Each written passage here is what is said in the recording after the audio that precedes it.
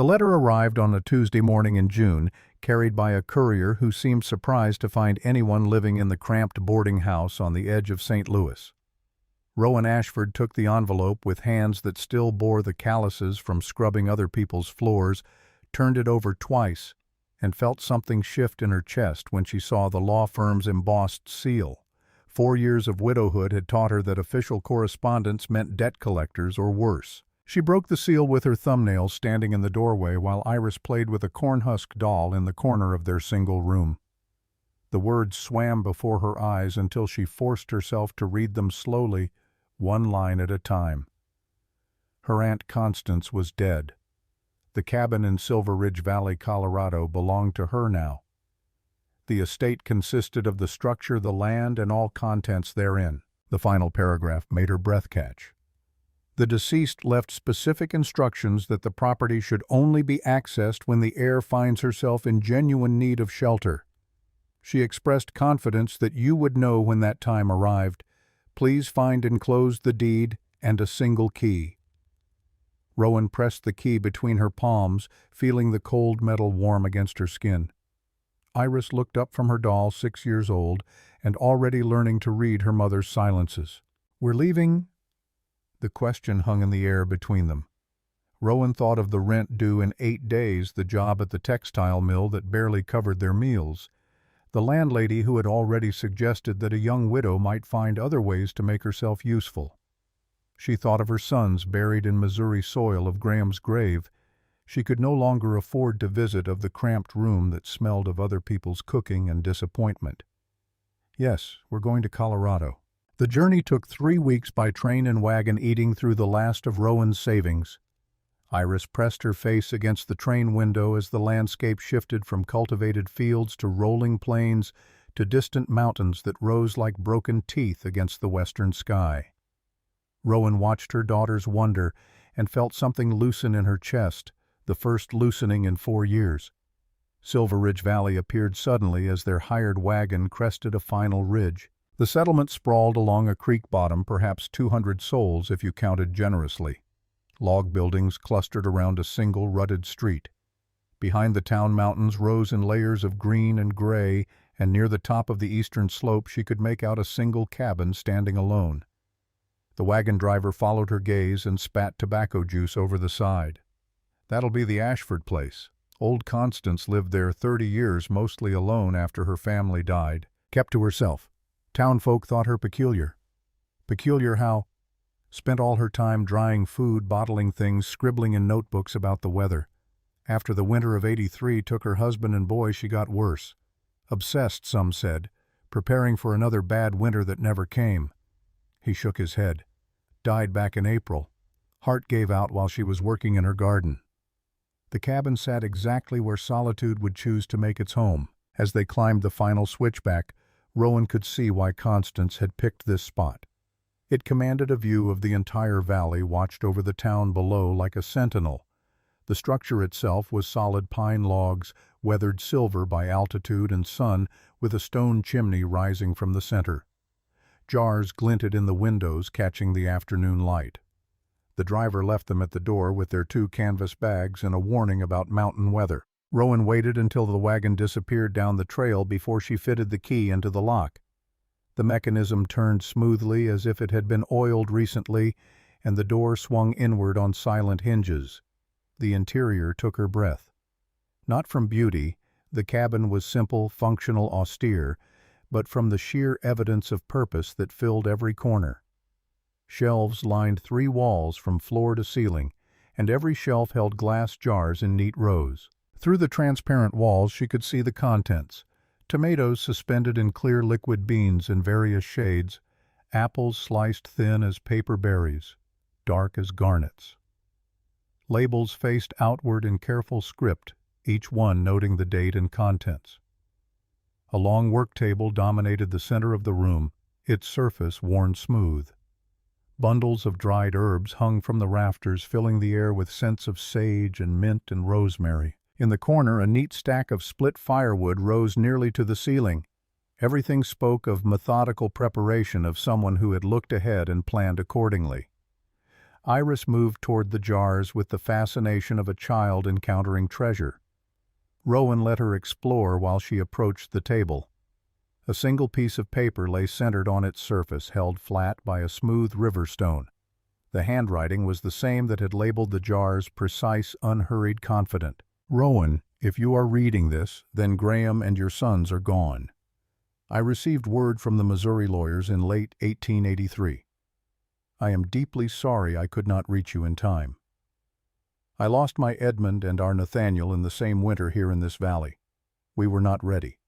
I did not observe carefully enough, did not prepare thoroughly enough, and they paid the price for my ignorance. This cabin, these supplies, the notebooks you will find, I have spent 4 years building them for you. Not because I am generous, but because I cannot bear the thought of you suffering what I suffered. Winter will come again as it came before. The signs are already appearing. Read my observations. Learn from my failures. Trust what you see, not what others tell you to believe. Your eyes are sharper than their certainties. With love across the distance of years, Aunt Constance." Rowan read the letter 3 times before she noticed Iris standing beside her, small hand tugging at her sleeve. The child's eyes were wide. "Mama, there's a door in the floor." She followed Iris to the corner where a braided rug had been pushed aside, revealing an iron ring set flush with the planks. The ring lifted easily, and the trapdoor swung upward to expose a ladder descending into darkness. Rowan found a lantern hanging beside the entrance, struck a match, and climbed down. The root cellar stretched beneath the entire cabin, its walls lined with river stone and packed earth. The air was cool and dry, perfect for preservation. More shelves held more jars, along with burlap sacks that shifted under her touch, heavy with grain and dried beans. Wooden crates were stacked against one wall, each one labeled in that same careful hand. But what caught her attention was the leather-bound notebook resting on a small shelf near the ladder, positioned as if waiting to be found. She lifted it carefully, feeling the weight of accumulated pages, and carried it back up into the light. The first page bore a single line: "Constance Ashford, Observations of Silver Ridge Valley, 1880 to 1887. Rowan opened to a random page and found herself reading an entry dated July 15, 1883. "First wild strawberries ripe today, 2 weeks earlier than previous 3 summers. Creek level 6 inches lower than this time last year, despite normal spring runoff. Squirrels have been gathering at twice their usual rate for 5 days. The aspen leaves on the north ridge are already showing yellow at the tips. Wrong season, wrong color. Heat is unusual. The land is thirsty. Something is coming." She flipped forward, watching the entries grow more urgent through August and September of that year. Rain began September 1st. 3rd day now, no sign of stopping. Creek rising dangerously. Pass road may be at risk if this continues. Should have prepared more. Should have seen this sooner. The entries ended abruptly on November 7, 1883. The final line read, "Edmund and Nathaniel buried today. I was blind, never again." When she looked up, the afternoon sun had shifted, throwing long shadows across the cabin floor. Iris had fallen asleep on the narrow bed against the far wall, exhausted from travel. Rowan sat at the work table and turned to the notebook's final entries. April 12, 1887. "I may not live to see another winter, but I have done what I can. The patterns are repeating. This summer's drought matches 83 almost exactly.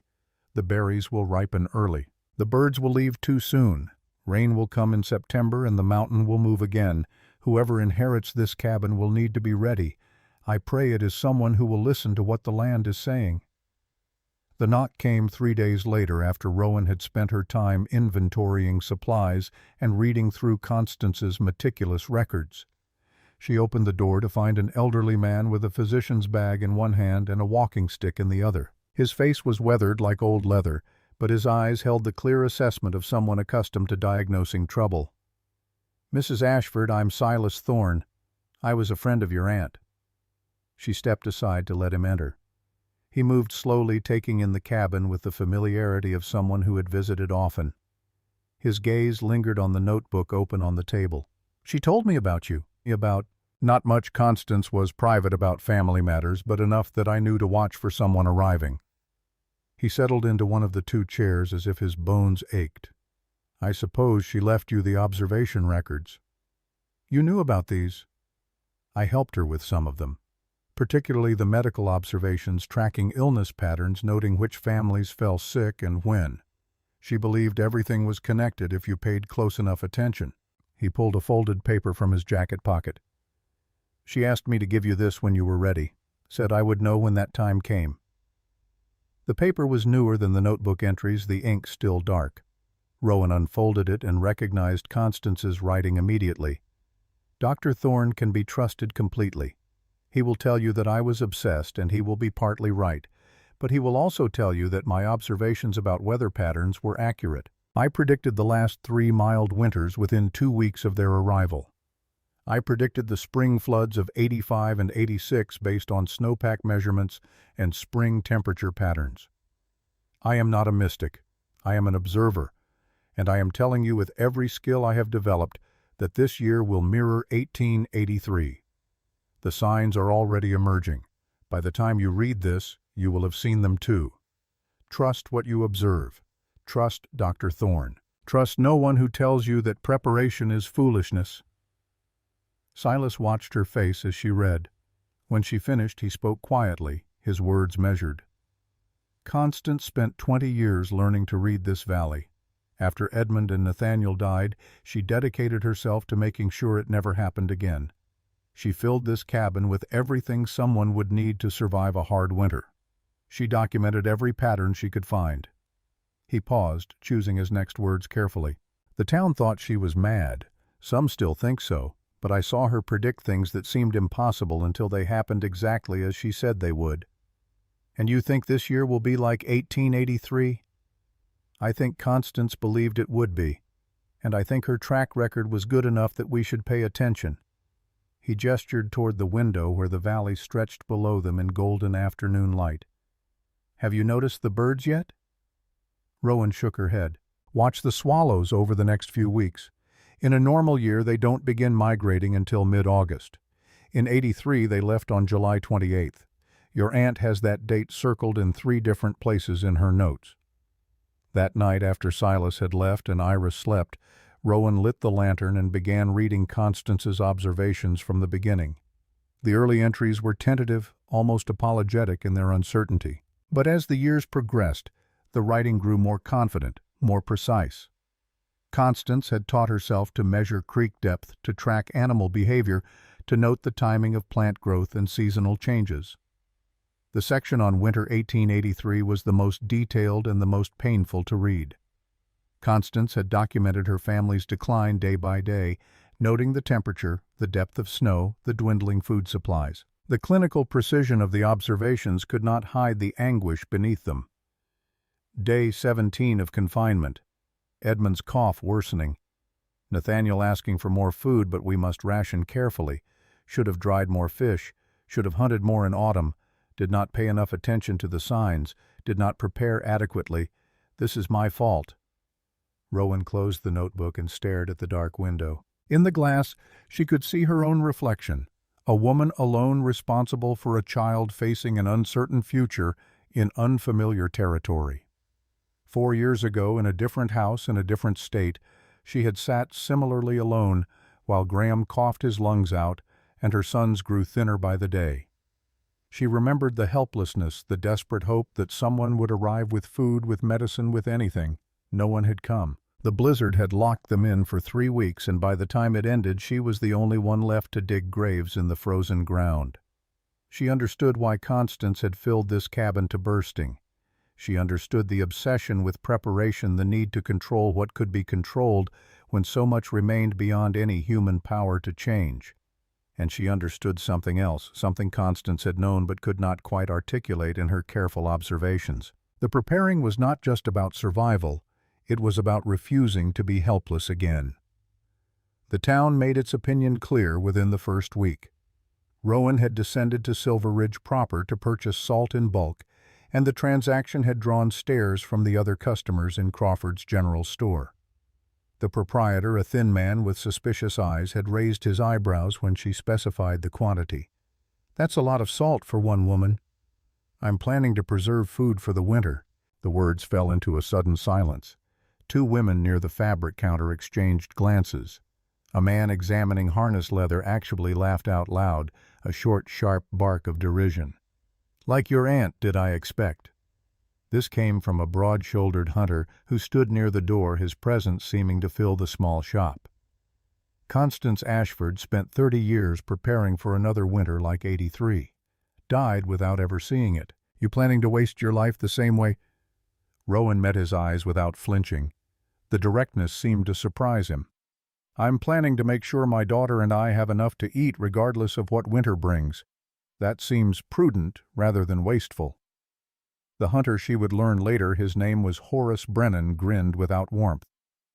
"Prudent is buying a month's supplies and replenishing when the supply wagons come through. Obsessive is filling a cabin floor to ceiling and scaring your neighbors with talk of disaster."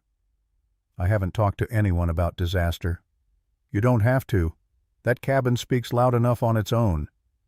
He shifted his weight and she noticed the rifle slung across his back, the skinning knife at his belt. "Fair warning, Mrs. Ashford, this valley doesn't take kindly to prophets of doom. We've had 5 mild winters since '83. The pass road is solid. Supply wagons run monthly. You want to waste your summer drying apples, that's your concern. But don't expect the rest of us to join your aunt's madness." She bought the salt without further comment and carried it back up the mountain trail, feeling the weight of the town's judgment on her shoulders along with the heavy sack. Iris helped her unload it in the cabin, and together they began the work of preservation, according to Constance's detailed instructions. The notebook became Rowan's guide in everything. Constance had documented not just what to preserve, but precisely how the exact salt ratios for different vegetables, the optimal thickness for apple slices to dry evenly, the temperature and timing required for proper smoking of fish. Each entry was supported by notes from previous attempts, adjustments based on results, refinements developed over years of practice. Tomatoes: select firm fruit with no soft spots. Blanch in boiling water for 30 seconds, then plunge into cold water to stop cooking. Peel immediately while still warm. Pack into sterilized jars with ½ teaspoon salt per pint. Process in hot water bath for 45 minutes. Label with date. Will keep minimum 2 years if seal remains intact.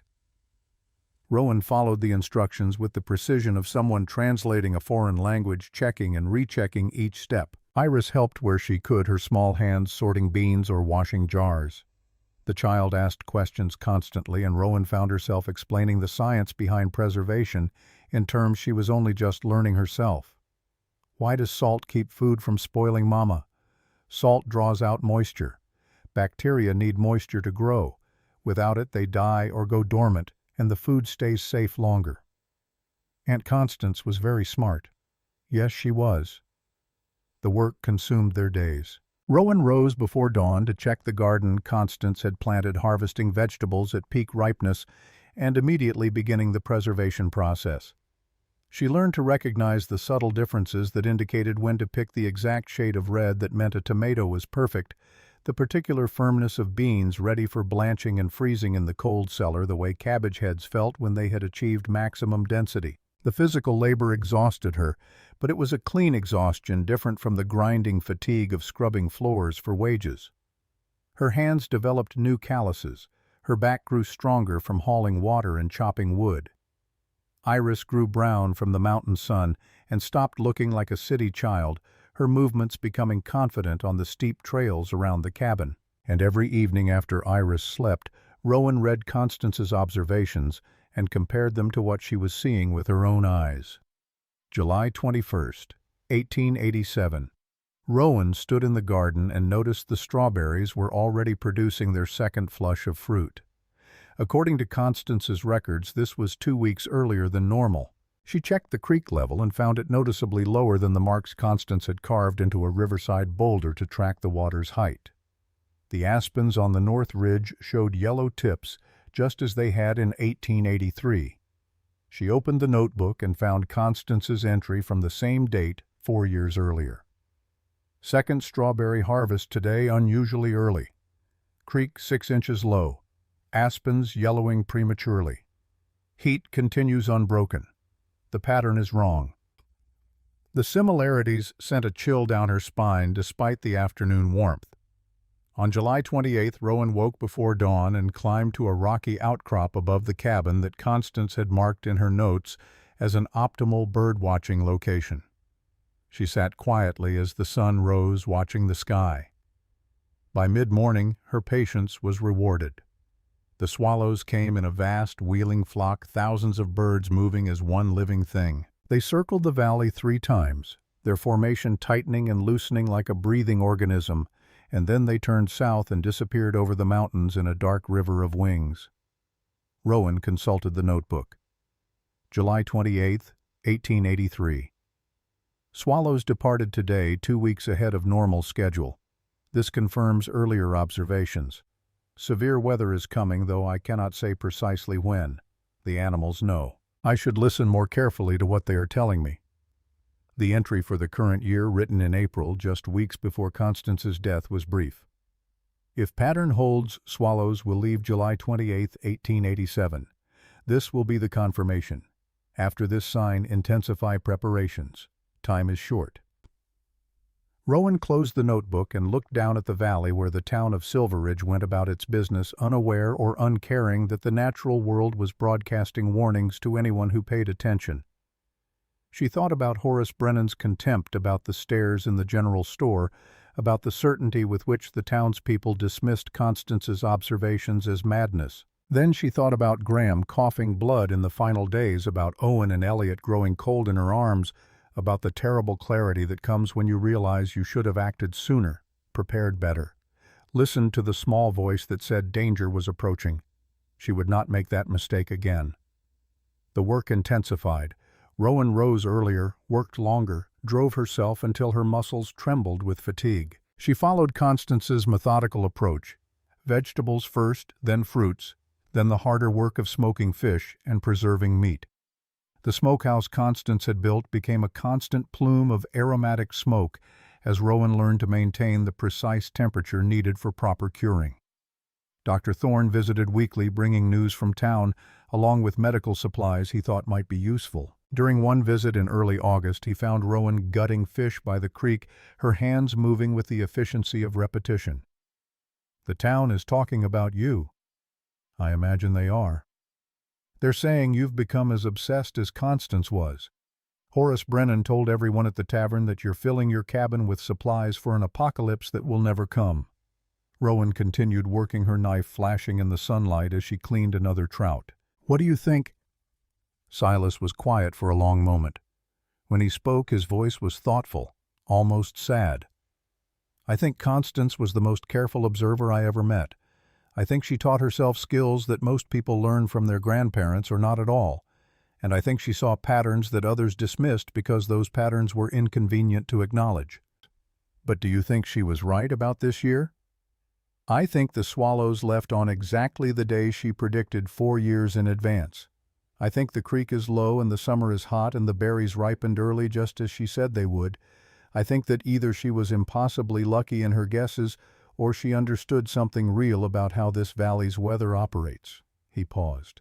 "And I think you would be a fool to ignore her, which is why I've been quietly stocking my own supplies. Nothing as extensive as what you're doing, but enough to be uncomfortable if winter proves mild and I've wasted resources.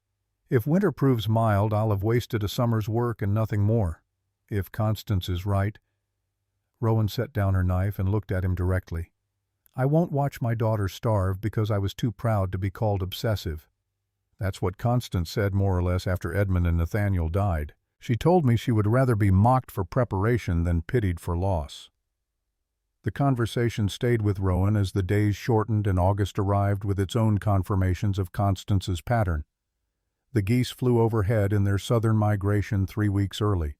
Squirrels worked with frantic energy, their cheeks bulging with gathered nuts, their movements suggesting something close to panic. The garden produced with unnatural abundance, as if the plants themselves sensed time was running short.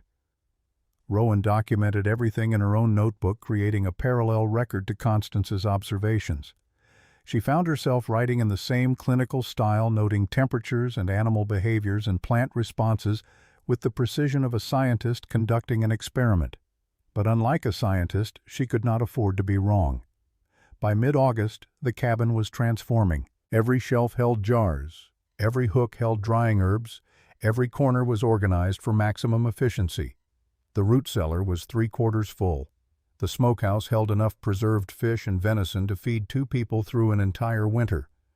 Rowan had stopped going to town except for essential purchases, tired of the stares and whispers. One evening, as she sealed the last batch of tomatoes for the day, Iris looked up from the book she was reading, one of Constance's old volumes on natural history.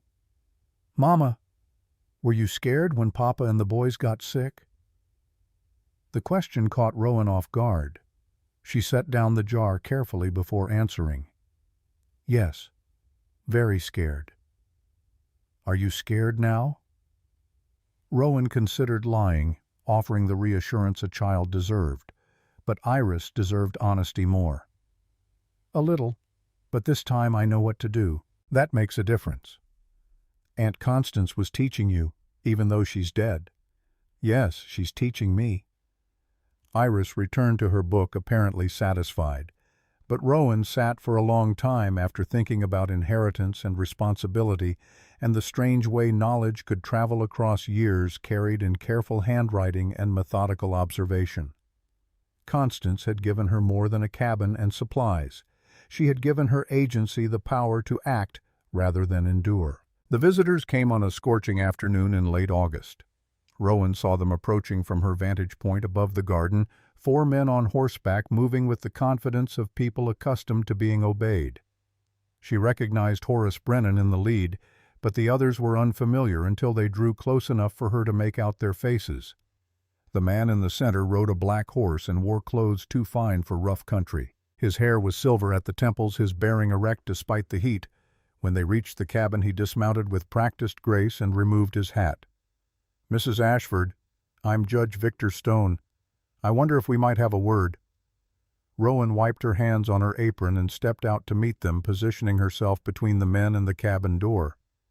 Behind her, she heard Iris move quietly away from the window, understanding without being told that this was not a friendly visit.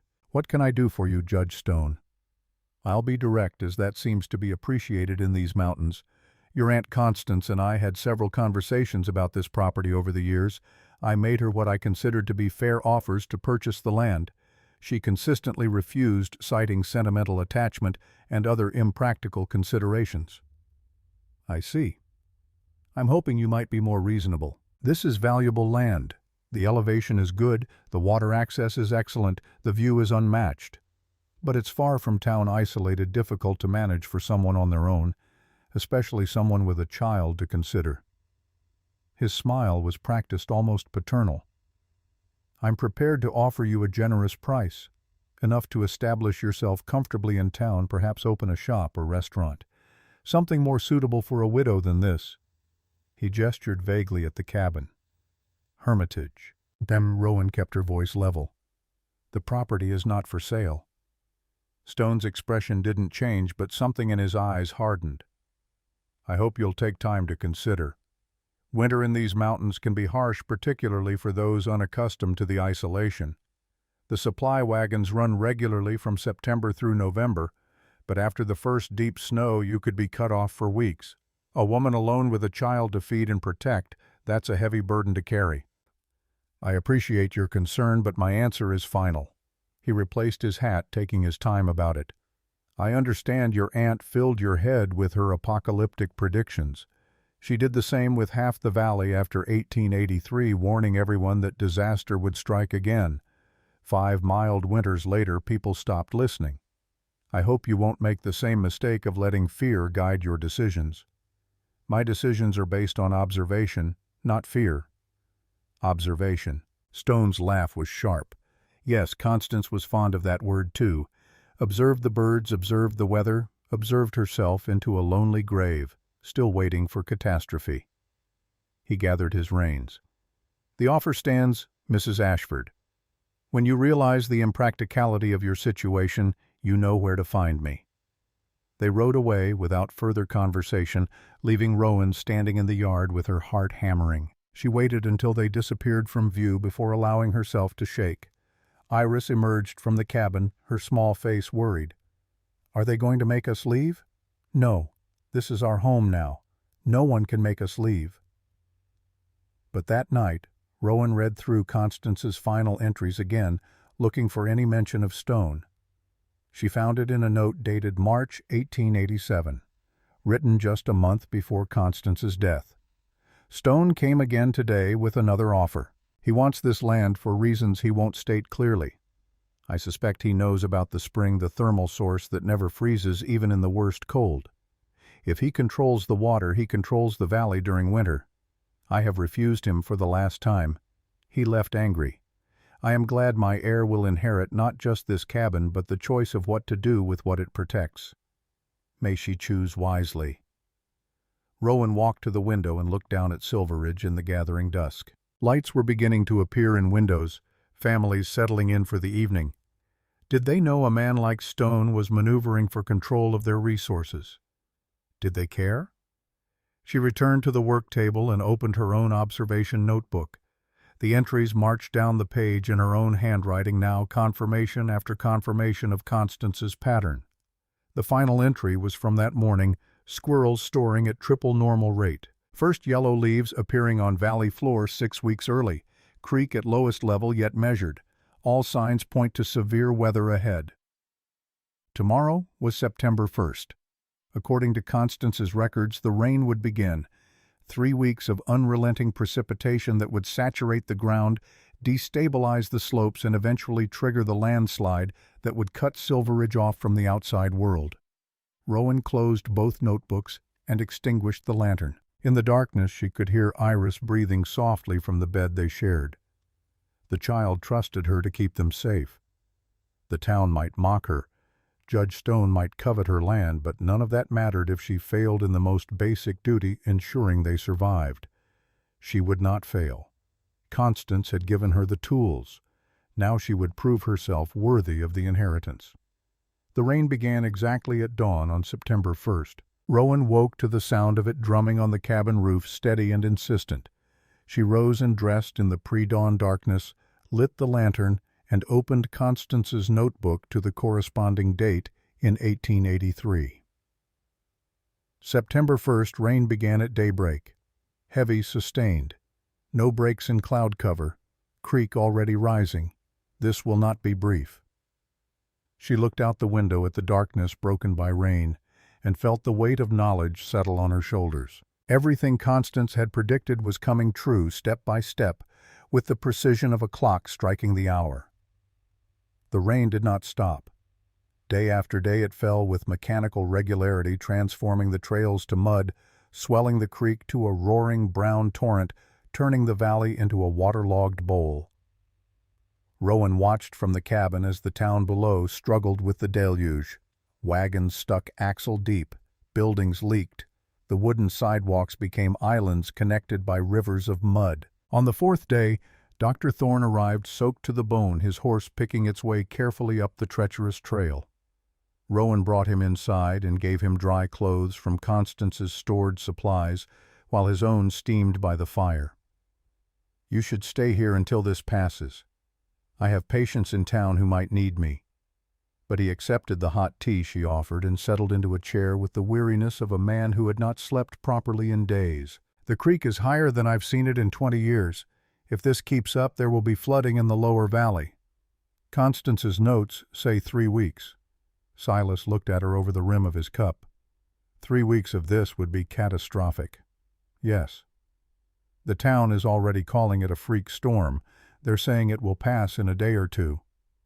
The town is wrong. He didn't argue. Instead, he pulled a folded paper from his jacket pocket. Somehow he had kept it dry despite the rain. I brought you something. The supply wagon made it through 2 days ago before the worst of the mud. I took the liberty of purchasing extra medical supplies on your account. Bandages, carbolic acid, laudanum, quinine. I hope you don't mind. I don't mind at all. Thank you. Constance asked me the last time we spoke to look after her heir. She said you would need allies, though she couldn't say exactly why. He met Rowan's eyes. I think she knew this was coming. All of it. And I think she knew you would be alone when it did. The rain continued. 1 week became 2.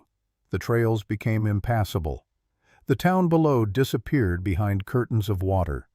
Rowan and Iris stayed dry in the cabin, working through the preservation tasks that remained, watching the world outside dissolve into gray wetness. On September 21st, the rain intensified.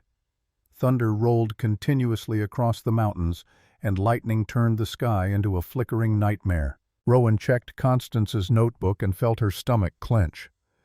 September 21st, 1883. Storm worsening. Ground fully saturated. Major concern about slope stability above Pass Road. Should warn town, but they will not listen. Can only prepare. The next entry was dated September 22nd, written in a shaking hand. The mountain moved. Pass Road gone. We are cut off. God help us all. Rowan closed the notebook and looked at Iris, who was playing quietly with her doll near the fire. The child looked up, sensing her mother's tension. Is something wrong? No, sweetheart, but we should probably sleep in our clothes tonight, just in case.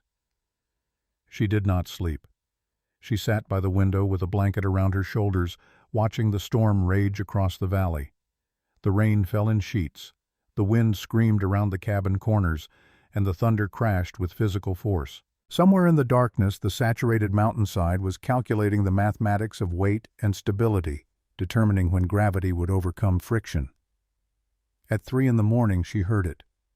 Not with her ears at first, but through the very bones of the mountain, a deep vibration that seemed to rise from the earth itself. Then the sound arrived, a roar that built and built until it drowned out even the thunder. Rowan ran to the door and threw it open. Lightning illuminated the western mountains in stark relief, and in that frozen moment of brightness, she saw the slope above the pass road in motion. Trees that had stood for centuries toppled like grass stems. Boulders the size of houses rolled downward, gathering speed and smaller debris as they fell. The mountainside poured into the canyon where the road had been, an avalanche of earth and stone and shattered forest that remade the landscape in seconds. When the lightning faded, she stood in darkness, listening to the diminishing roar. The rain continued to fall, indifferent to the catastrophe it had enabled. Somewhere in the valley below, people were waking to the sound, wondering what had happened, not yet understanding that their connection to the outside world had just been severed. Rowan closed the door and leaned against it, her legs suddenly weak. Iris appeared at her side, rubbing sleep from her eyes. What was that noise? The mountain moved, just like Aunt Constance said it would. Are we safe? Rowan pulled her daughter close, feeling the small body warm and alive against her own. The cabin stood solid around them. The shelves were full. The cellar was stocked. They had everything they needed, and they had it because a woman 4 years dead had observed carefully and planned accordingly and trusted that someone would listen. Yes, sweetheart, we're safe. We're ready. Outside, the rain began to slow. By dawn, it would stop, leaving behind a transformed valley and a town that had just learned the difference between prediction and prophecy. Rowan returned to the window and looked down at Silveridge, imagining the panic that would begin with sunrise, the desperate attempts to dig through hundreds of feet of debris, the slow realization that winter was coming and they were not prepared. But she was. Constance had made sure of it. The inheritance was not just a cabin and supplies. It was the knowledge that observation and preparation could mean the difference between helpless victim and capable survivor. Rowan had been the former once. She would not be again. Tomorrow people would start climbing the trail to her door. They would come with empty bellies and desperate eyes, asking for help they had mocked her for preparing to give, and she would have to decide what Constance would want her to do with this power, this knowledge, this impossible gift of foresight purchased with a dead woman's methodical attention to detail. But that was tomorrow's problem. Tonight she simply stood in the darkness and felt grateful for an aunt she had barely known, who had seen across the years with clear eyes and left behind a legacy of survival. The rain stopped an hour before dawn. In the sudden silence, Rowan could hear her own heartbeat, steady and strong. The morning revealed the full extent of the catastrophe. Rowan stood on the rocky outcrop above the cabin and surveyed the valley through Constance's old spyglass. Where the pass road had carved its switchback route up the mountainside, there was now only raw earth and shattered timber. The landslide had created a dam of debris stretching 200 feet across the canyon, burying the only wagon route out of Silver Ridge under what looked like half a mountain. Men were already gathering at the base of the slide, tiny figures gesturing at the wall of destruction. She could imagine their conversation, initial optimism about clearing the road, calculations about how long it would take, assurances that the supply wagons would get through eventually. They would spend days learning what Constance had known in minutes. 4 years earlier, some things once broken cannot be quickly repaired. Silas Crawford's general store would be the epicenter of panic. Rowan lowered the spyglass and tried to calculate how much food the town actually held. Most families kept perhaps 2 weeks' worth of staples, relying on monthly supply runs for flour, sugar, coffee, salt. The store itself might have a month's inventory if they were lucky. Beyond that, they would be dependent on hunting, fishing, and whatever vegetables remained in private gardens after the deluge. Winter would arrive in 6 weeks, maybe 8 if they were fortunate. The snow would pile deep in the high country, making any attempt to clear the pass road impossible until spring thaw. That meant 5 months minimum before outside help could reach them, possibly 6 if the winter proved as severe as Constance predicted. Rowan returned to the cabin and found Iris helping to reorganize the root cellar, moving the oldest supplies to the front for immediate use. The child worked with careful concentration, her small hands gentle with the glass jars. She had absorbed her mother's methodical approach without complaint, understanding in the way children sometimes do that the work mattered more than play. The knock came 4 days after the landslide. Not desperate pounding, but a measured rapping that spoke of someone maintaining control despite circumstances. Rowan opened the door to find a delegation of 5 men standing in her yard, hats in hands. She recognized Horace Brennan at the front, his earlier contempt replaced by something harder to read. "Mrs. Ashford, we need to talk about the situation." She stepped onto the porch but did not invite them inside. The morning was cold frost glittering on the grass, and their breath plumed in the air between them. "I assume you mean the pass road. We've been trying to dig through. It's impossible. Every time we move one boulder, 3 more shift down from above. The whole slope is unstable." Horace's jaw worked as if the words pained him. "We're looking at spring before anyone can get in or out." "That matches what my aunt's observations predicted." One of the other men, a farmer named Peterson, spoke up, his voice sharp with frustration. "Your aunt predicted this, and you didn't think to warn anyone. I'm a stranger here. Would you have listened if I'd claimed the mountain was going to move because swallows flew south 2 weeks early?" The silence answered her question. Horace cleared his throat and continued choosing his words with visible care. "The store has maybe 6 weeks of supplies at current consumption. Less if people panic and start hoarding. We're organizing a rationing system, but it's going to be tight, real tight." He paused, and Rowan saw what it cost him to say the next words. "We noticed you've been preserving food, stockpiling supplies. We were wondering if you might be willing to share given the circumstances." "Share what exactly?" "Whatever you can spare. Food, medicine, anything that might help see us through." Rowan studied their faces. Proud men forced to beg their earlier mockery, forgotten in the face of genuine crisis. She thought about Constance's final letter, about the responsibility that came with knowledge and preparation. Then she thought about Owen and Elliot dying in her arms, about the neighbors who had passed their door without stopping, who had saved themselves and let others fall. "I'll need to think about it." Horace's expression hardened. "People are going to start going hungry in a few weeks. Children are going to suffer. You really need time to think about whether to help." "I need time to think about how to help without ensuring we all starve together. My daughter's survival is my first responsibility. Everything else comes after." She went back inside and closed the door on their protests. Through the window she watched them argue among themselves before finally leaving. Their footprints in the frost-killed grass remained long after they disappeared down the trail. That night Rowan sat with Constance's notebooks and her own supplies inventory, running calculations by lamplight. She had preserved enough for 2 people to survive comfortably through a hard winter, perhaps 3 if they rationed carefully. But the town held close to 200 souls. Even if she gave them everything it would buy, maybe a week of adequate meals before they were back where they started. Constance had faced this same calculation after 1883. Rowan found the entry dated December of that year, written in the shaking hand of fresh grief. They come asking for food now that their own supplies are gone. I have barely enough for myself. If I share, I die. If I refuse, I live with knowing I could have helped and chose not to. There is no good answer to this problem, only the choice between types of guilt. The knock came again at midnight 3 weeks later in the first week of October. This time it was not measured but desperate, a weak tapping that barely carried through the door. Rowan grabbed the rifle before opening it, then lowered the weapon when she saw what stood on her threshold. A boy, perhaps 16, swayed on legs that looked too thin to hold him upright. His clothes hung loose on a frame that had recently carried more weight.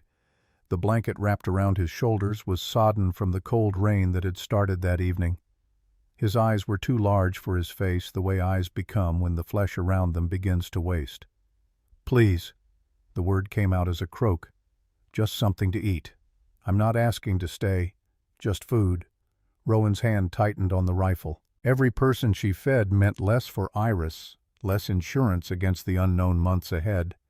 But the boy's eyes held the same desperate hope she had seen in her son's faces during those final days. "What's your name?" "Finnegan. Finnegan Quinn." "Where are your parents?" The boy's gaze dropped to his feet. "My mother died 2 years back. Fever. My father—" He stopped, started again. "My father drinks. Has ever since Ma passed. Doesn't remember he's got a son half the time." Behind Rowan, Iris appeared in her nightgown drawn by the voices. The child looked at the boy with the straightforward compassion of someone too young to understand the mathematics of survival. "He looks hungry, Mama."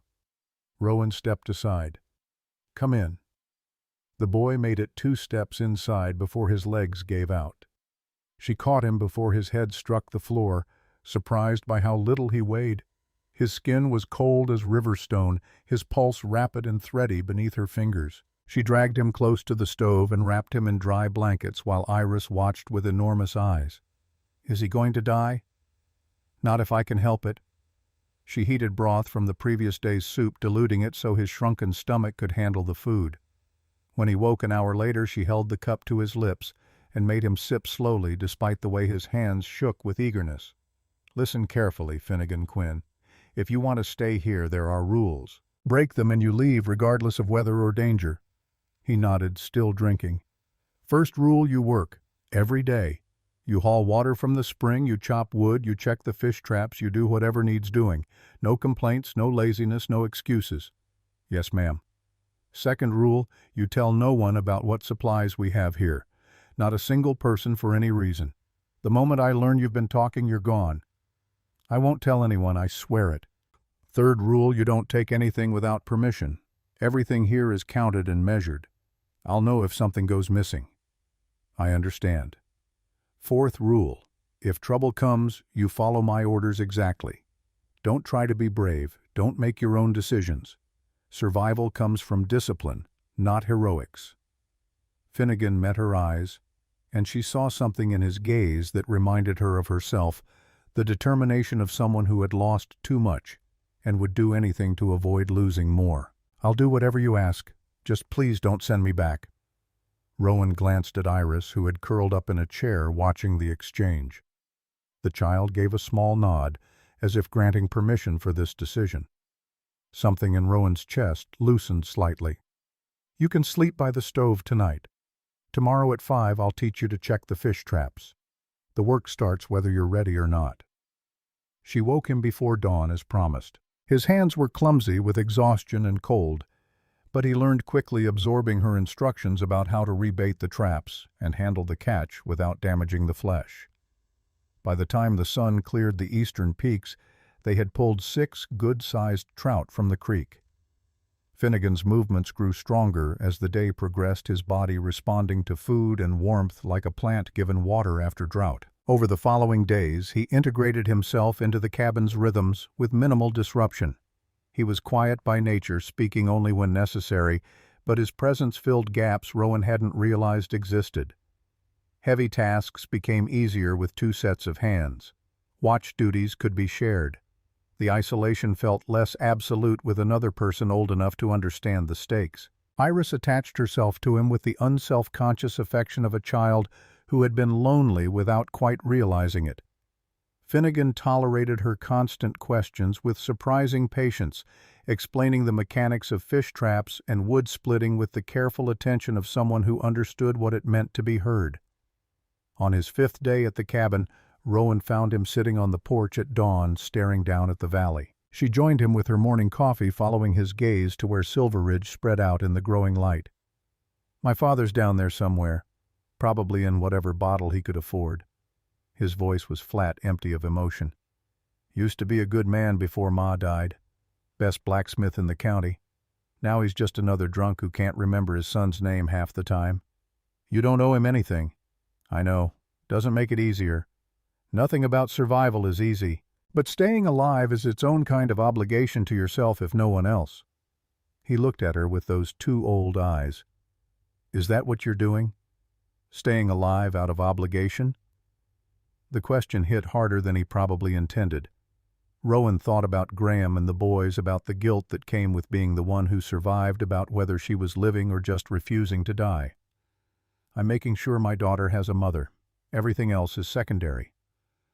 November arrived with snow. Not the gentle first flakes of early winter, but 5 feet of heavy wet snow that buried the valley in 48 hours. Rowan woke on the second morning to find the world transformed into white silence, the familiar landscape erased beneath an unmarked expanse that reflected the low sun with blinding intensity. The temperature dropped 30 degrees in a single day. Ice formed an inch thick on the water barrel despite the fire burning constantly inside. Rowan stood at the window and thought about the families down in Silver Ridge, about thin walls and inadequate firewood and children who would be crying from the cold. The first family appeared that afternoon, 3 adults and 4 children struggling up the trail through snow that came to the adults' knees. Rowan recognized one of the men, a carpenter named Jensen, who had been present during Horace Brennan's visit. His wife carried an infant, and the 3 older children clung to their parents' coats like frightened animals. Jensen's face was gray with exhaustion and cold when Rowan opened the door. He didn't waste time on pleasantries. "Our house is freezing. The baby's been coughing for 2 days and getting worse. The coal we had is gone and there's no more to buy. We need help." Behind him, 2 more families materialized from the snow-blurred landscape, 10 people total, counting children. Most were inadequately dressed for the temperature, their thin coats already crusted with frost. Several of the children were crying high, thin wails that cut through the wind. Rowan's mind raced through calculations. 10 people meant 10 mouths, 10 bodies generating heat and consuming oxygen and needing space and food and water. The cabin was designed for 2, maybe 3 at most. Even if she wanted to help, the mathematics made it nearly impossible. Horace Brennan appeared at the rear of the group, snowflakes catching in his beard. His expression was grim. "I know what you're thinking. It's not practical, not sustainable, but these children are going to freeze to death in the next 2 days if something doesn't change." Rowan looked past him to where Iris stood in the doorway, watching with enormous eyes. She thought about Constance's letter about responsibility and legacy and the burden of being the one who prepared while others did not. Then she thought about Owen and Elliot's last moments, the way their skin had turned blue-gray as hypothermia took them, the absolute helplessness of holding them while they died. She could not save everyone. The supplies would not stretch that far, but she could save some. The question was how to choose and what it would cost her soul to make that choice. The words came out before she had fully formed the thought, "Only the children." Silence fell across the group. Jensen's wife pulled the infant closer, her face stricken. "What do you mean, only the children?" "I mean the children can stay.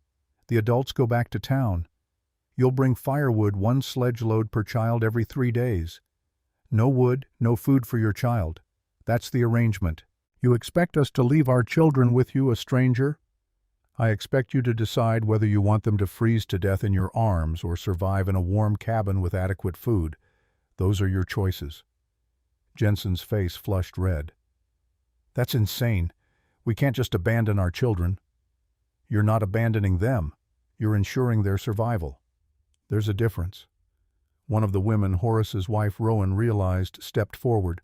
Her voice shook, but her gaze was steady. "How do we know you'll take care of them properly?" "Because I have my own daughter here. Do you think I would endanger her? We don't know what you'd do. We don't know you at all." Rowan felt something hard and cold settle in her chest. She had prepared for this moment without knowing it, reading Constance's observations about human nature under stress, understanding that help would eventually be rejected by the same people who demanded it. "Then go home. Burn your furniture for warmth. Butcher your horses for meat. Find your own way to survive, but don't come back here asking for help you're not willing to accept." She started to close the door, but Jensen blocked it with his boot. "Wait, please, just give us a minute to talk." The adults huddled together, their voices rising and falling in urgent argument. The children watched their parents with incomprehension and growing fear. Finnegan appeared at Rowan's shoulder, his presence a silent support. "Can we actually feed 10 more people?" "Barely. It'll be tight, but children eat less than adults, and if the parents bring wood regularly, we'll have fuel to keep warm. It's possible if everyone follows the rules. And if they don't bring wood, then we adjust, reduce rations, make harder choices." The adults returned their faces, showing the cost of the decision they had reached. Jensen spoke for the group, his voice rough. "We'll do it, but we want to see them. Regular visits to make sure they're all right." "No visits. You'll leave them here until spring thaw. Contact increases the risk of disease spreading between the cabin and town. Plus, every visit means more snow tracked in more heat-lost opening doors, more disruption to the routines that keep everyone healthy." "That's 6 months. You expect us not to see our children for 6 months. I expect you to make the sacrifice necessary to keep them alive. If that's too high a price, then take them home now." The woman with the infant began to cry silent tears that froze on her cheeks before they could fall. One by one, the parents handed their children over, whispering urgent instructions and promises and apologies. The older children cried. The youngest simply looked confused, not understanding why their mothers were leaving them with strangers. When the last adult had disappeared down the trail, Rowan closed the door and surveyed her new charges. 14 people now occupied a space designed for 2. The cabin felt suddenly claustrophobic, the walls pressing inward, the air already growing stale from too many lungs breathing in the limited space. She clapped her hands once sharply, drawing every eye. "Listen carefully. This cabin runs on rules and schedules. You'll have tasks assigned based on age and ability. You'll eat when I say, sleep when I say, work when I say. Anyone who refuses to follow instructions goes back to town immediately, regardless of weather. Is that clear?" Silence. Then one of the older boys, perhaps 10, raised his hand tentatively. "Yes. Why are you helping us if you don't have to?" Rowan looked at him, seeing her own sons in his pinched face and scared eyes. "Because someone should have helped me when I needed it, and no one did. Because watching children die is a wound that never heals. Because Constance left me the means to prevent the suffering she couldn't prevent for herself. Because it's the right thing to do. Now let's get you assigned to sleeping spaces before we freeze with the door open." The next weeks established a rhythm born of necessity. The older children learned to haul water from the spring-breaking ice each morning to reach the floe beneath. The younger ones sorted dried beans, folded blankets, swept floors. Finnegan became Rowan's second-in-command, enforcing rules with quiet authority, solving small disputes before they escalated. Iris blossomed in the company of other children. She attached herself particularly to a quiet girl named Iris Brennan, Horace's daughter, sharing the same name through coincidence. The 2 girls moved through the cabin like shadows of each other, finding comfort in their unexpected twinning. Rowan maintained a strict accounting system, recording every ounce of food consumed, every stick of wood burned. The notebook filled with entries that would have made Constance proud. Meticulous observations about consumption rates, temperature fluctuations, the children's health and behavior. She cross-referenced everything against the supplies remaining in the cellar, calculating and recalculating the date when they would run critically short. The parents brought wood, as promised, hauling sledge loads up the steep trail every 3 days, regardless of weather. They left the wood stacked by the door and departed without seeing their children, following Rowan's mandate despite the obvious pain it caused.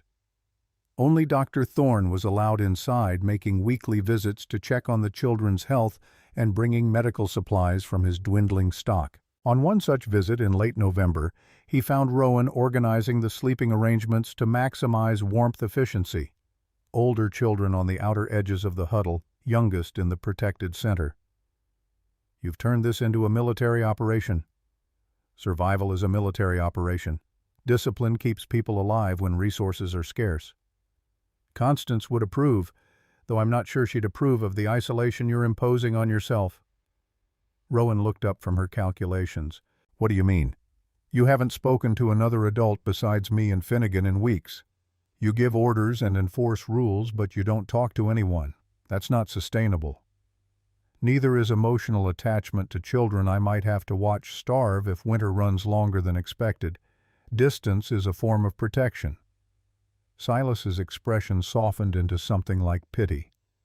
"Distance is also a form of dying while still breathing. Be careful you don't turn yourself into a ghost to avoid becoming a corpse." He left her with that thought, and it gnawed at her through the lengthening nights. She watched the children sleeping in their carefully organized piles, heard their breathing create a symphony of life in the darkness, and wondered if Silas was right. Had she survived her family only to hollow herself out into a machine that ate and slept and made calculations but no longer felt?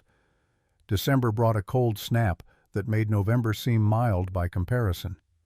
The temperature dropped to 20 below zero and stayed there for a week.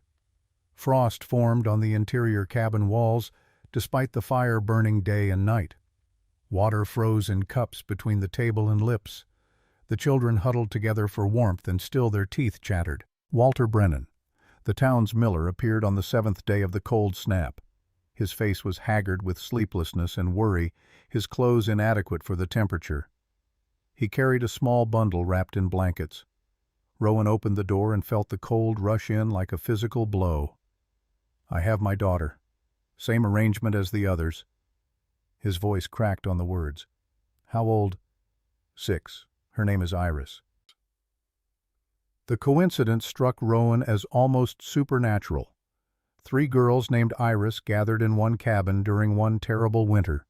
She took the bundle carefully and found a child's face peering out, blue eyes enormous with cold and fear. "Your daughter will be safe here." Walter's face crumpled.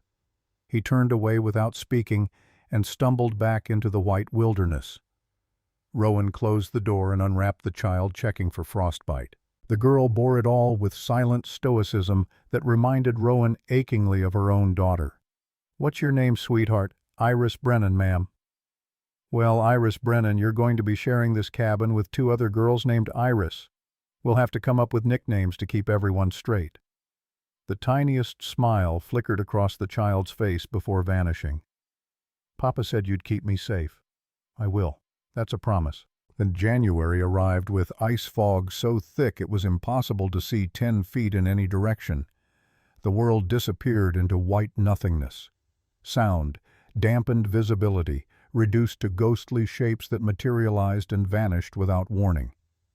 Finnegan returned from checking the fish traps and reported that the fog was so dense he had gotten turned around and nearly lost the trail back to the cabin. Rowan instituted a rope system, lines tied between the cabin and the various necessary destinations. The outhouse, the woodpile, the spring. Movement became a matter of following guide ropes through blinding whiteness, trusting in the preparations that made navigation possible. On the 3rd day of fog, Finnegan took 2 of the older children, a boy named Colton Hayes and a girl named Margaret, to check the traps. Rowan watched them disappear into the white and felt a prickle of unease that she couldn't quite justify. She went about her work trying to ignore the feeling, but it persisted. The girl returned alone an hour later, running her face streaked with tears. "Mrs. Ashford Finnegan said to run. There was shooting, and—" Rowan grabbed her rifle and was out the door before the girl finished speaking. She followed the rope line toward the creek, her heart hammering the fog, swallowing all sound except her own breathing. When she reached the creek bank, she found Finnegan kneeling in the snow, cradling Colton's body. Blood stained the white around them, shockingly red against the purity. The boy's eyes were open but unseeing, his chest torn by a bullet wound that had killed him almost instantly. Finnegan's face was gray with shock. I heard voices in the fog. 2 men. One of them said, "Get the fish, there must be food where fish are being caught." Then I saw movement and told the children to run. Margaret ran. Colton turned back to look and his voice failed. Someone fired. I couldn't see who. The fog was too thick. They were gone before I could do anything. Rowan checked the boy for signs of life she knew she wouldn't find. 9 years old, bright and eager and helpful. Dead because someone wanted his fish. She lifted his body, too light, far too light, and carried him back to the cabin. The other children stared in silent horror as she laid him on the table. Young Iris, her daughter, brought blankets to cover him, moving with the careful dignity of someone older than her years. That night, after the children were asleep, Rowan stood over Colton's body and felt something fracture in her chest. She had promised to keep them safe. She had created rules and systems and routines designed to prevent exactly this kind of loss. And it had happened anyway in the space between one breath and the next because men became monsters when they were desperate enough. Finnegan found her there, still standing vigil in the pre-dawn darkness. I should have protected him better. Should have been more careful. You couldn't have known. Neither could I. Does that make him any less dead? The question hung between them, unanswerable. Rowan reached for words that might offer comfort and found none. Some wounds could not be bandaged. Some losses could not be calculated away. They buried Colton the next morning in ground frozen hard as iron. Rowan and Finnegan took turns with the pickaxe, chipping out a grave 1 painful inch at a time. The children gathered to watch their faces, solemn understanding in their bones that this could have been any of them. The grave joined 5 others behind the cabin. Graham Owen Elliott, Constance Nathaniel. Rowan stood over the fresh-turned earth and felt the weight of all those lives pressing down on her shoulders. How many more graves would she dig before winter ended? How many more children would she fail to protect, despite her best efforts? Young Iris, the youngest of the 3, came to stand beside her small hand, slipping into Rowan's larger one. "You didn't make him die, Mrs. Rowan." "I know, sweetheart." "Then why do you look like you did?" "Because being responsible for someone's safety means carrying the weight of their death, whether you caused it or not. Because every loss is a failure regardless of circumstances. Because I've buried too many people I cared about, and I don't know how to stop feeling like it's my fault. Because I wish I could have saved him. That's all." The attack came 5 nights later. Rowan woke to the smell of smoke. Not the familiar scent of the stove, but something sharper, more chemical. Kerosene. She was on her feet, instantly grabbing the rifle, running to the window. The smokehouse was ablaze, flames climbing the walls and licking at the roof. In the firelight she could see shadows moving, 3 figures, maybe 4, retreating toward the tree line. One of them carried what looked like a bottle. She fired once, aiming high, a warning shot that cracked across the clearing. The figures scattered into the darkness. Finnegan appeared at her side, already armed. "Get the children to the back room. Barricade the door. No one comes out until I say." He moved without question, herding the groggy children away from the windows. Rowan took up position at the front, rifle ready, watching the tree line for movement. The first shot came from the darkness, the muzzle flash giving away the shooter's position. The bullet punched through the window and buried itself in the far wall. Rowan returned fire, aiming for the flash, hearing a cry that suggested she'd found her mark. More shots followed from multiple directions. They were trying to pin her down, make her waste ammunition, force her out into the open. She stayed low, moving between windows, conserving her shots, waiting for clear targets. Finnegan appeared at her shoulder with Constance's old hunting rifle. "I thought I told you to stay with the children. Dr. Thorne is with them, and you need help." She didn't argue. They worked in tandem, covering different angles, calling out positions to each other. The attackers fired sporadically, testing their defenses, looking for weaknesses. Rowan counted at least 3 distinct positions, possibly a 4th. The smokehouse collapsed in a shower of sparks. Months of preserved meat and fish gone in minutes. The loss was staggering, but Rowan pushed the calculation aside and focused on the immediate threat. Food could be replaced. Lives could not. The shooting continued through the night, both sides conserving ammunition, neither willing to rush the other's position. As dawn began to lighten the eastern sky, the attacks ceased. Rowan waited until full light before venturing outside. Blood stained the snow in 2 places, dark trails leading into the forest. The attackers had carried their wounded away. Near one of the blood trails she found a brown leather hat half buried in disturbed snow. She recognized it immediately. Lucas Ward wore that distinctive wide-brimmed hat everywhere. Finnegan joined her, his face exhausted but alert. The Ward brothers. Has to be. Probably, but knowing and proving are different things. So they get away with killing Colton and trying to burn us out. For now. But winter is long and desperate men make mistakes. They returned to the cabin to find the children huddled together, pale and frightened but unharmed. Doctor. Thorne sat among them, his medical bag open beside him in case it was needed. He looked at Rowan with new understanding. You've made enemies. I made the choice to survive well instead of barely. That always creates enemies among those who chose differently. Silas stood, closing his bag. Judge Stone was asking about your property again last week, wondering if you might reconsider selling given the difficulties of winter isolation. Let me guess he mentioned how much safer town would be, how much easier to manage.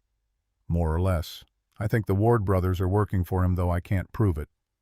Rowan looked at the destroyed smokehouse, calculating the loss.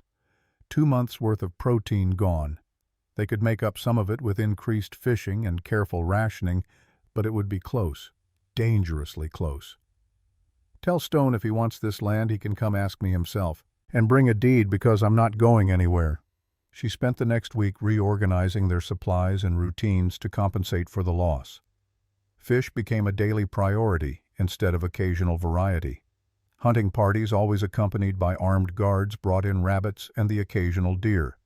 Every scrap was used, every bone boiled for broth, every bit of fat rendered and saved. The children adapted with the resilience of youth. They learned to work efficiently in the cold, to maximize every trip outside, to waste nothing. Finnegan proved invaluable as both teacher and enforcer, his presence lending weight to Rowan's authority. But the tension in the cabin grew as January turned to February. Too many people in too small a space, eating too little, burning through supplies that were meant to last longer. Rowan watched her carefully calculated margins shrink week by week and wondered how long they could sustain this existence before something broke. She found her answer in Constance's final notebook entries written in those last weeks before the old woman's heart gave out. February is the breaking point. The cold is deepest, the food stores lowest, the hope thinnest. This is when people either find strength they didn't know they had, or they break completely. Watch for signs of breakdown in yourself as much as others. The body can endure much. The spirit is more fragile. Rowan closed the notebook and looked around the cabin. 14 faces, depending on her judgment and preparation and ability to make impossible choices. Constance had carried this burden alone after her family died. Now Rowan understood the weight that had bent the old woman's shoulders, the obsession that had consumed her final years. Preparation was not madness. It was the only sane response to a world that promised nothing except the certainty of winter. And winter, Rowan had learned, always came exactly when you least wanted it to arrive. The fire crackled in the stove, pushing back the cold for another night. Outside, the wind picked up, howling around the cabin corners like something alive and hungry. February stretched ahead, endless and dark, and spring felt impossibly distant. But they were still alive, still together, still fighting. That would have to be enough. The town meeting was called for the first day of March, when the worst of the cold had finally broken and travel became marginally less suicidal. Rowan received word through Dr. Thorne that her presence was requested, not demanded, which was interesting in itself. Men who once would have ordered her attendance now couched their summons in politeness born of dependence. She left Finnegan in charge of the cabin and descended the trail alone. The children had survived February, though barely. 2 had developed pneumonia that Silas's medicines had fought back from the edge of fatality. All of them showed the gauntness of inadequate nutrition, their clothes hanging loose on frames that had burned through every spare ounce of fat. But they were alive, which was more than could be said for others. Silveridge looked like a town under siege. Smoke rose from only half the chimneys. Either houses had been abandoned, or their occupants had frozen. The streets were empty except for a few hollow-eyed men moving between buildings with the deliberate care of people conserving energy. No children played in the snow, no women stood gossiping on porches. The vitality had been bled out, leaving only grim endurance. The church was packed, every pew filled despite the cold that made breath visible in the air. Someone had gotten the stove working, but the heat barely touched the vast space. People huddled in coats and blankets, their faces drawn with hunger and exhaustion, and something harder to name, a species of shame that came from discovering your assumptions about the world were dangerously wrong. Judge Stone sat in the front pew, his posture erect despite the circumstances.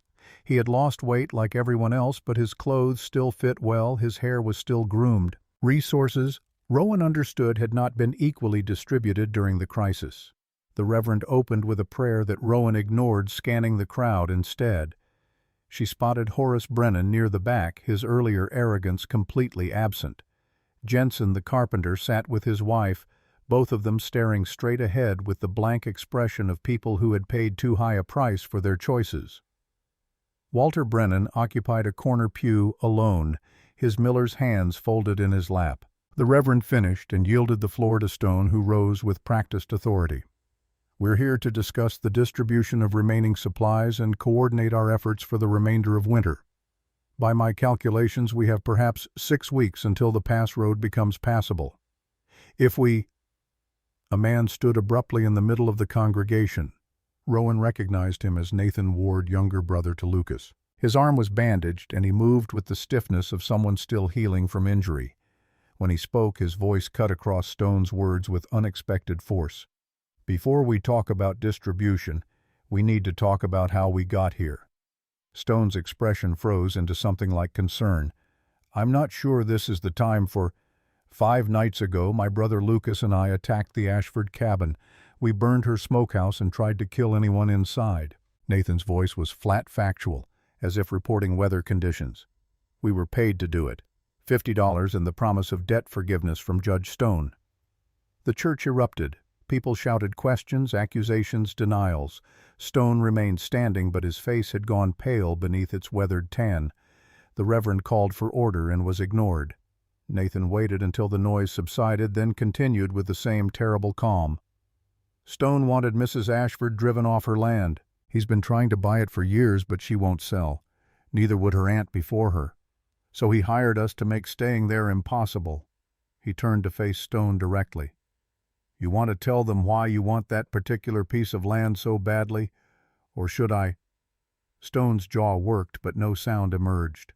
Nathan nodded as if that silence confirmed everything. "There's a spring on the Ashford property.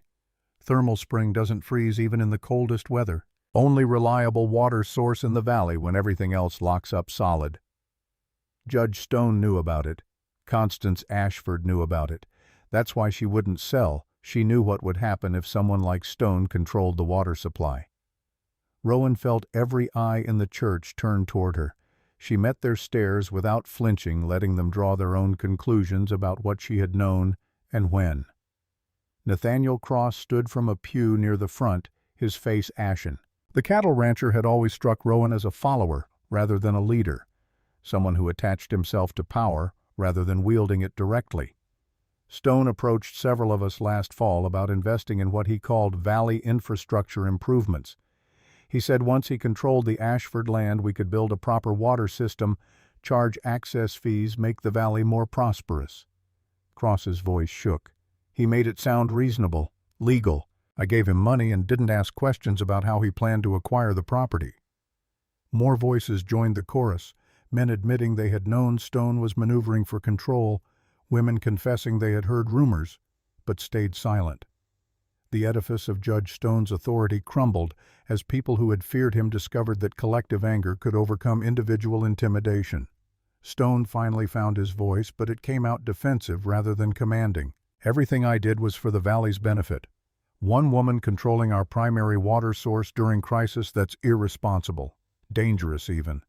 I was working toward a solution that would benefit everyone. By hiring men to burn people out. By threatening a woman with a child. Horace Brennan stood, and the rage in his voice made several people flinch. My daughter is in that cabin. You could have killed her. I gave explicit instructions that no one was to be harmed. The Ward brothers acted beyond their mandate. My brother is dead. Nathan's words fell like stones into still water. Lucas took a bullet during the attack. The wound went septic. He died 3 days ago, screaming in pain while our mother held his hand. You put that gun in his hand just like you pulled the trigger yourself. The silence that followed was absolute. Rowan watched Stone's face cycle through calculations, legal defenses, social maneuvering, political repositioning. But the math had changed. Winter had stripped away the civilized veneer that made his manipulations possible. These people were too hungry, too desperate, too angry to be managed with words. The Reverend spoke into the quiet, his voice gentle but implacable.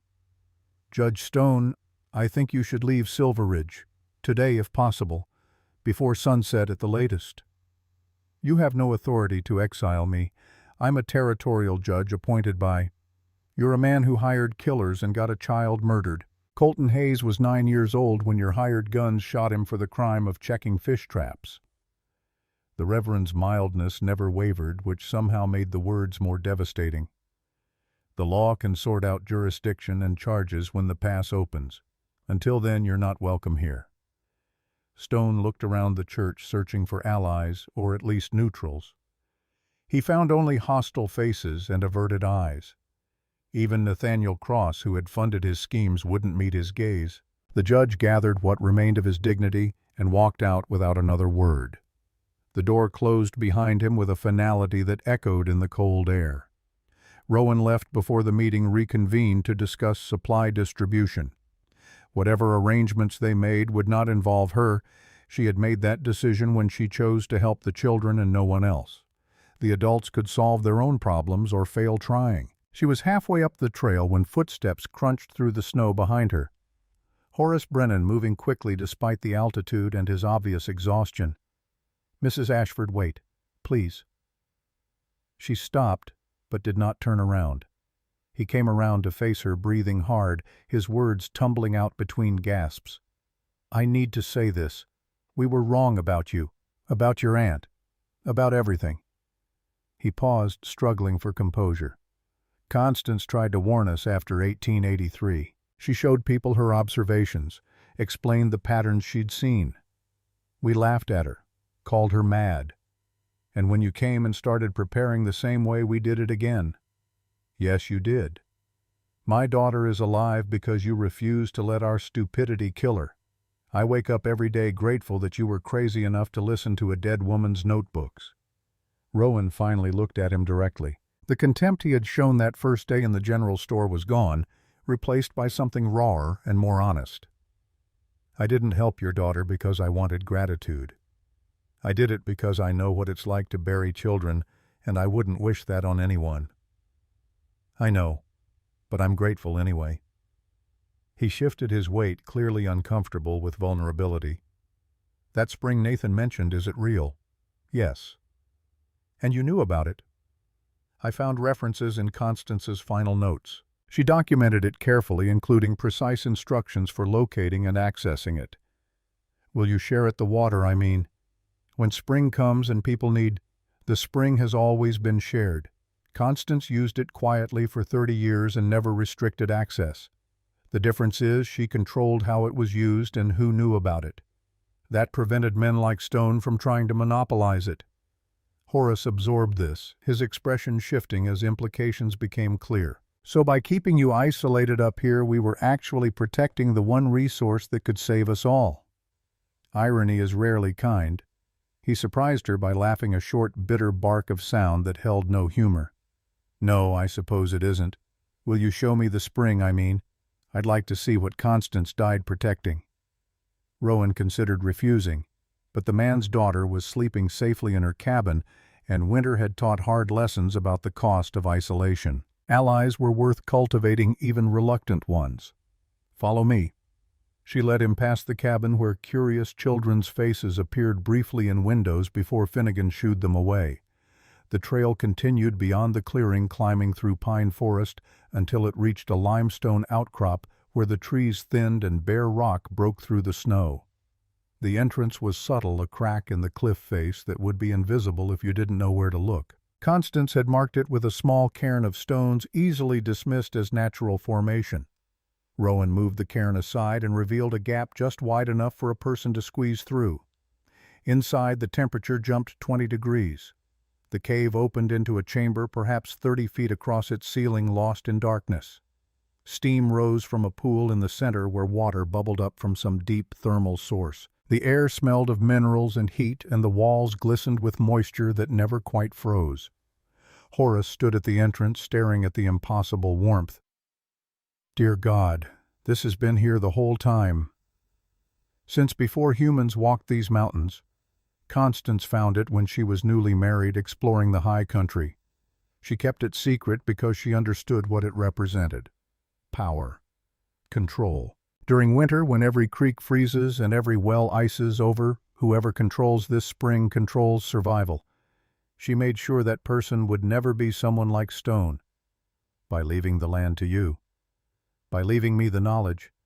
The deed says I own the land, but knowledge is what makes that ownership meaningful. Horace knelt by the pool and cupped water in his hands. He drank deeply, then splashed it on his face, and for a moment looked decades younger. What are you going to do with it? Rowan had been asking herself that question since finding Constance's notes. The answer had come slowly, assembled from observation and hard experience. Build a pump station. Run pipes down to the valley. Make it accessible to anyone who needs it with rules about usage and maintenance. Take the power Stone wanted and distribute it instead. That's a lot of work for one woman. Which is why I'll need help. People who understand what this represents and why it matters. You're talking about forming some kind of governing body. I'm talking about preventing what just happened from happening again. Stone saw a resource and tried to monopolize it. The next person might be smarter about their approach. Better to establish principles now while everyone remembers what happens when preparation meets greed. Horace straightened his expression, shifting into something like respect. You've been planning this. Constance planned it. I'm just following her design. They returned to the cabin as the afternoon light began to fail. Dr. Thorne was waiting on the porch, his medical bag beside him. He stood when he saw them approaching. The meeting is over. Stone left town heading east with whatever he could carry. The council, such as it is, wants to talk to you about the spring. Let me guess, they want to establish control mechanisms. They want to not starve or die of thirst when winter comes again. Beyond that, most of them are too tired to think strategically. Silas glanced at Horace. You told her about the meeting. She already knew. Nathan's confession wasn't exactly subtle. No, it wasn't. The man has decided to be honest about everything, apparently. Quite refreshing after months of deception. Silas picked up his bag. I brought medical supplies for the children. May I? Rowan led him inside where the children were setting up for dinner, a carefully rationed meal of fish stew and dried vegetables that would leave everyone still hungry but alive for another day. They looked healthier than they had in February, the immediate crisis of cold-related illness having passed. But they were still too thin, still showing the marks of prolonged deprivation. Silas examined each child methodically, checking pulses and listening to lungs and making small talk that put them at ease. He saved young Iris Brennan for last, the miller's daughter who had arrived half-frozen in December. Your father wants to know how you're doing. The child's face lit up for the first time since her arrival. Papa is all right. Worried about you, but managing. He's been working double shifts at the mill, processing the last of the valley's grain stores. When I told him you were doing well here, he cried. Will I see him soon? Silas looked to Rowan, who nodded permission. When the weather breaks enough for safe travel, we'll arrange supervised visits. But for now, you stay where it's warm and there's food." After the examination, Silas joined Rowan on the porch where she was splitting kindling for the morning fire. He watched her work for several minutes before speaking. "Constance would be proud of what you've accomplished." "I've accomplished survival. That's not the same as success. You've kept 14 children alive through the worst winter in recent memory, while their own parents struggle to keep themselves fed. That's more than survival." Rowan set down the axe and looked at the valley below where lights were beginning to appear in windows. The town had contracted, abandoned houses stood dark, their occupants either dead or fled. But life persisted. People adapted. They endured. "Constance gave me tools and knowledge. Using them isn't accomplishment, it's just not being stupid enough to ignore a gift." "Then call it wisdom. Call it honor. Call it whatever lets you acknowledge that you've done something remarkable." Silas sat on the porch steps, his joints creaking with age and cold. "I've practiced medicine for 40 years. I know the difference between someone who saves lives because it's their job and someone who does it because the alternative is unthinkable. You're the latter. So was Constance. She still died alone, probably wondering if anyone would understand what she'd tried to do. But you understand, and because you understand, her work continues. That's what legacy means. Knowledge passed forward, patterns, preserved wisdom, surviving beyond the individual who discovered it." The conversation stayed with Rowan through the evening as she moved through the cabin's routines, feeding the children, banking the fire, checking that everyone was warm enough before sleep. Finnegan helped with quiet efficiency, his presence as essential now as furniture or tools. When the children were finally settled, she took out Constance's notebooks and read the final entries she had been saving for when she needed them most. March 15th, 1887. "I feel my heart failing. The doctors say months, maybe weeks. There is so much left undone, but I have documented everything I can. The patterns, the spring, the preparations necessary for survival. My heir will need to be strong. She will face opposition and contempt and the desperate greed of men who see resources as power rather than responsibility. I can only hope I have equipped her adequately." The next page held a letter written in a shakier hand dated April 2nd, just days before Constance's death. "Rowan, if you are reading this in sequence, winter has ended or is ending. You have survived. More importantly, others have survived because of you. The question now is what you build with the authority your survival has granted. The spring is not a secret to keep, but a trust to honor. Share it, but with wisdom. Make its benefits available to all, but prevent any single person from controlling it. Establish rules that outlive individual whims. Create systems that persist beyond crisis. You have learned what I spent 30 years discovering: observation, preparation, and the courage to act on what you see can mean the difference between catastrophe and merely difficult circumstances. Do not let that knowledge die with us. Teach it. Spread it. Make it so commonplace that future generations think we were fools for not always living this way. The cabin, the notebooks, the land, these are yours now. But they are also everyone's if you choose to use them as I intended. Create something that honors the dead by protecting the living. That is the only legacy worth leaving. With love and hope from the past, Constance." Rowan closed the notebook and stared at the fire. Outside, the wind had picked up, but its howl no longer carried the murderous cold of deep winter. The season was turning slowly and grudgingly, but turning nonetheless. Spring came not with sudden warmth, but with incremental mercy. The sun climbed higher each day. The worst of the cold eased into merely bitter temperatures. Snow began to melt on south-facing slopes, revealing dead grass and frozen mud beneath. The creek, which had been locked under ice since November, began to show open water in places where the current ran fastest. On March 20th, the first robin appeared.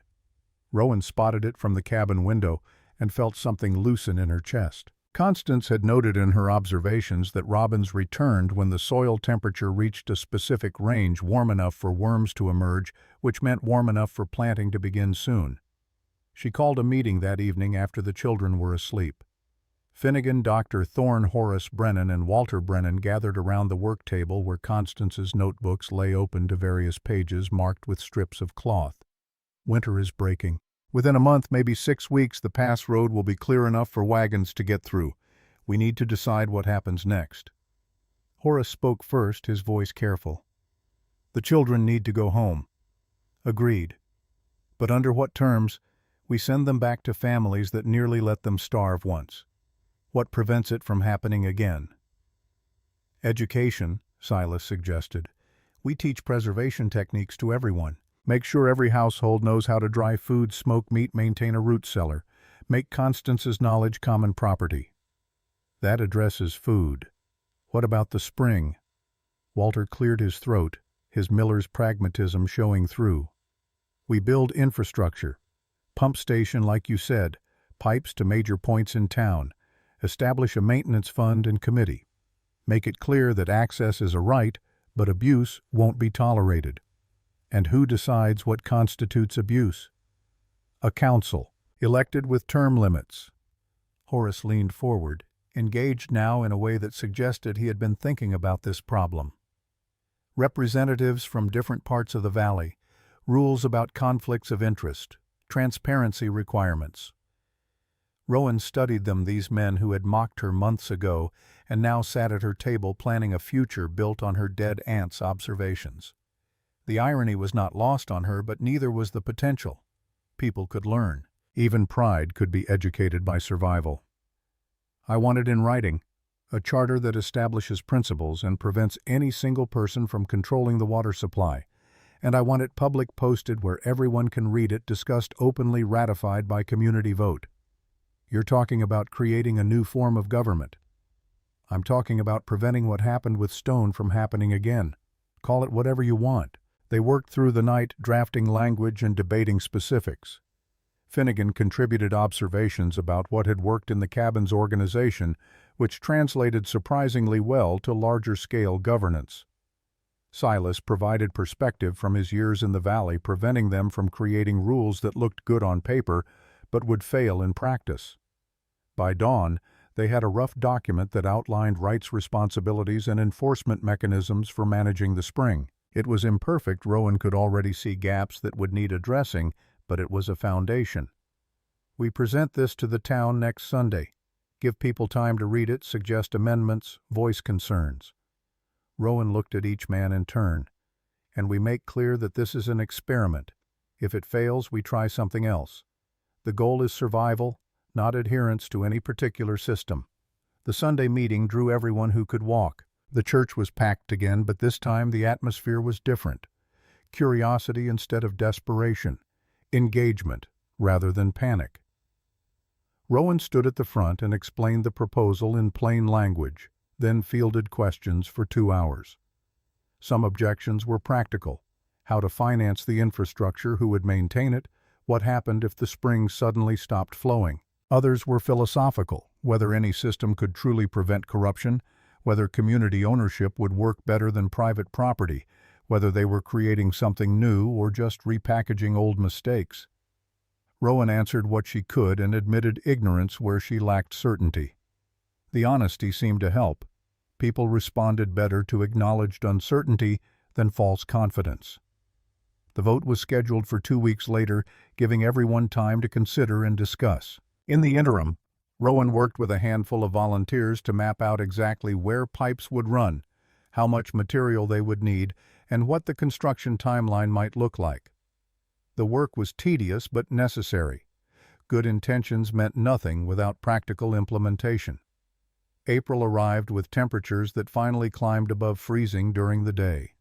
The snow retreated visibly, exposing winter-killed vegetation and the accumulated debris of months under white cover. The children grew restless as the weather improved, eager to return to their families, but anxious about what that return might mean. Young Iris Ashford, Rowan's daughter, voiced the question they were all thinking during breakfast one morning. When we go home, will things be like they were before? Rowan set down her coffee and looked at the small face so like her own.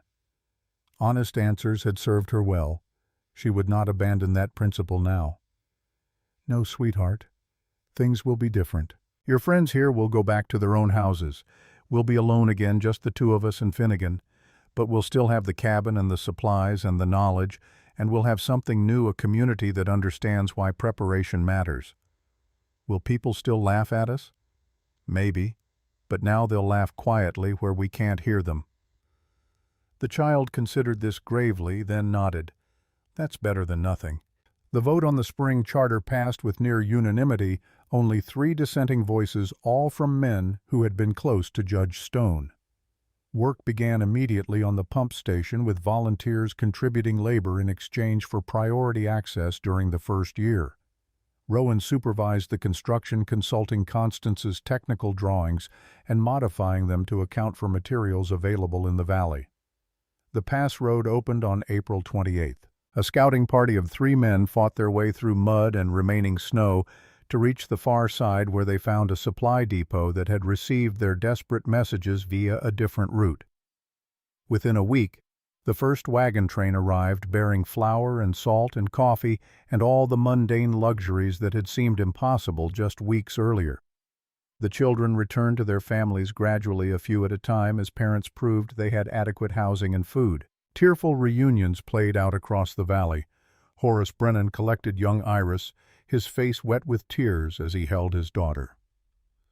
Walter Brennan carried his daughter down the mountain on his shoulders, both of them laughing. By mid-May, only Finnegan remained. His father had died in March, liver finally destroyed by alcohol, and there was no home to return to. He stood in the doorway of the cabin, belongings packed in a canvas bag, looking uncertain for the first time since his arrival. I can work in town. Find something to do. I don't want to be a burden. Rowan studied the young man who had become essential to the cabin's operation, who had proved his worth 100 times over during the dark months. Constance's letter echoed in her mind. Create something that honors the dead by protecting the living. Or you stay here. Help me maintain the spring, teach preservation techniques, coordinate with the council. We call it an apprenticeship if that makes it feel less like charity. You mean that I don't say things I don't mean? His face transformed with relief and something deeper, belonging perhaps, or the end of a loneliness he had carried so long it had become part of his identity. Then I stay. Summer arrived with explosive growth. Gardens burst into production after the long dormancy. The forest greened. Wildlife returned in abundance, and hunting became easy enough that meat was no longer precious. Rowan worked with Dr. Thorne to establish regular classes on preservation techniques, teaching 20 people at a time how to dry smoke pickle and otherwise prepare for the future. Constance's notebooks became the valley's most valuable resource. People borrowed them constantly, copying out recipes and techniques, adapting the observations to their own circumstances. Rowan had them bound professionally when a bookbinder arrived with the summer wagon train, creating multiple copies so knowledge could spread beyond those who had direct access to the originals. The pump station was completed in July, with pipes running to 3 major points in the valley. The water flowed cold and clear, never varying in temperature or volume. The council established usage schedules and maintenance responsibilities, and so far the system worked without major conflict. On a warm evening in August, Rowan walked to the spring alone. The secret entrance no longer felt like a secret, with the pump station built directly above it and people coming and going daily. But the pool itself remained undisturbed, the thermal water bubbling up with the same eternal constancy. She thought about Constance kneeling here years ago, understanding what this represented. Power, yes, but also responsibility, the obligation that came with seeing clearly and acting accordingly. Knowledge was only useful when shared. Preparation meant nothing if you were the only one prepared. Survival stopped being victory when it came at the cost of community. Constance had understood all of this in ways Rowan was only beginning to grasp. The cabin and supplies had been tools, but the real inheritance was perspective, the ability to see patterns others missed, and the courage to act on that vision despite opposition. Rowan knelt by the pool and touched the water. Warm, constant, reliable, everything that winter was not. The valley would face hard seasons again. No amount of preparation could prevent that. but next time they would face it together, equipped with knowledge and systems and the shared memory of what happened when they failed to prepare. That was worth more than any amount of preserved food or stored supplies. It was the difference between survival and something approaching wisdom. She returned to the cabin as stars began to appear overhead. Finnegan had dinner ready, fresh trout and garden vegetables abundant and casual, in a way that would have seemed miraculous 6 months ago. Iris was reading by lamplight, her face peaceful and content. This was what Constance had fought for. Not just to save herself, but to create the possibility of this moment's safety, sufficiency, knowledge passed forward into capable hands. The notebooks sat on the shelf, their pages worn from use. Tomorrow, Rowan would add her own observations to them. Records of this winter, lessons learned, mistakes to avoid.